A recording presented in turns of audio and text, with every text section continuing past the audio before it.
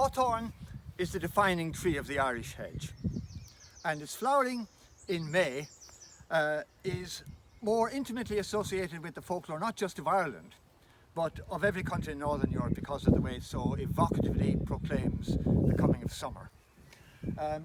It's a woodland edge tree, so it needs a lot of light in order to flower like this. So the introduction of agriculture in Ireland about 6,000 years ago meant that the habitat of hawthorn was vastly extended.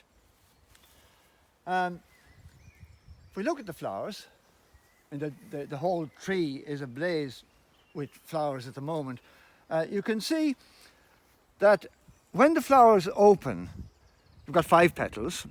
Behind them you've got 5 reflexed sepals, the rim of which encloses a little saucer of nectar.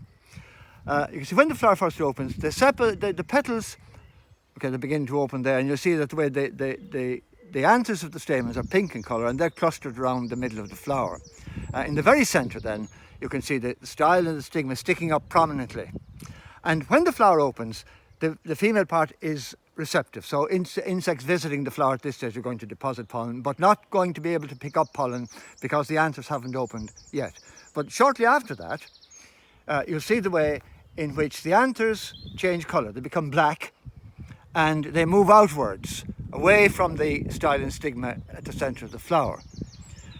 An interesting aspect of this is that the behaviour of the flower depends on the weather to a large extent.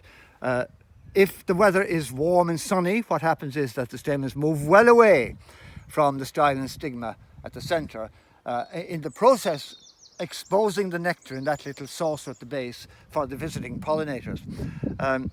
On the other hand, if the weather is dull, particularly if it's cold, the mature stamens tend to stay towards the centre around the style and stigma, and in doing so they protect the nectary at the base. The nectary isn't as exposed as it would normally be when there are lots of visitors around.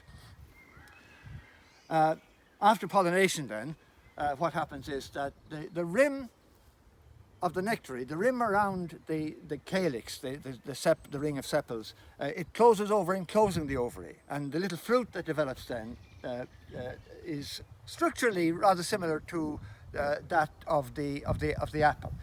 And the fruits, of course, are very, very important in autumn and winter as food for birds, particularly for blackbirds and for redwings. And indeed, in early herbal tradition, the fruits are also important for the treatment of a whole range of diseases such as edema and kidney stones, etc.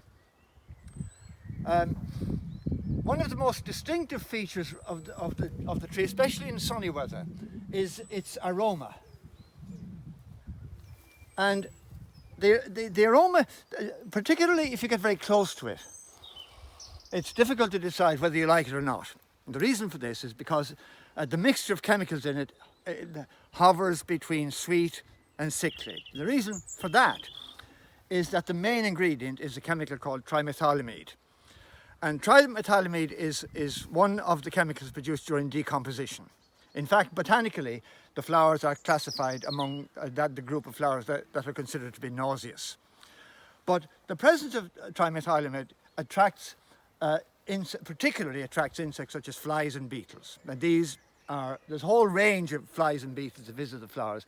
But because that trimethylamide scent is diluted by sweet chemicals, the flowers also attract bees. So you have quite a wide range of pollinators visiting on that account. A small concluding detail, which might be relevant to this time of the year when the tree is in full flower, is that the flowers at this stage, steeped in brandy with sugar, is supposed to produce a most extraordinary liqueur. But of that I cannot speak from personal experience.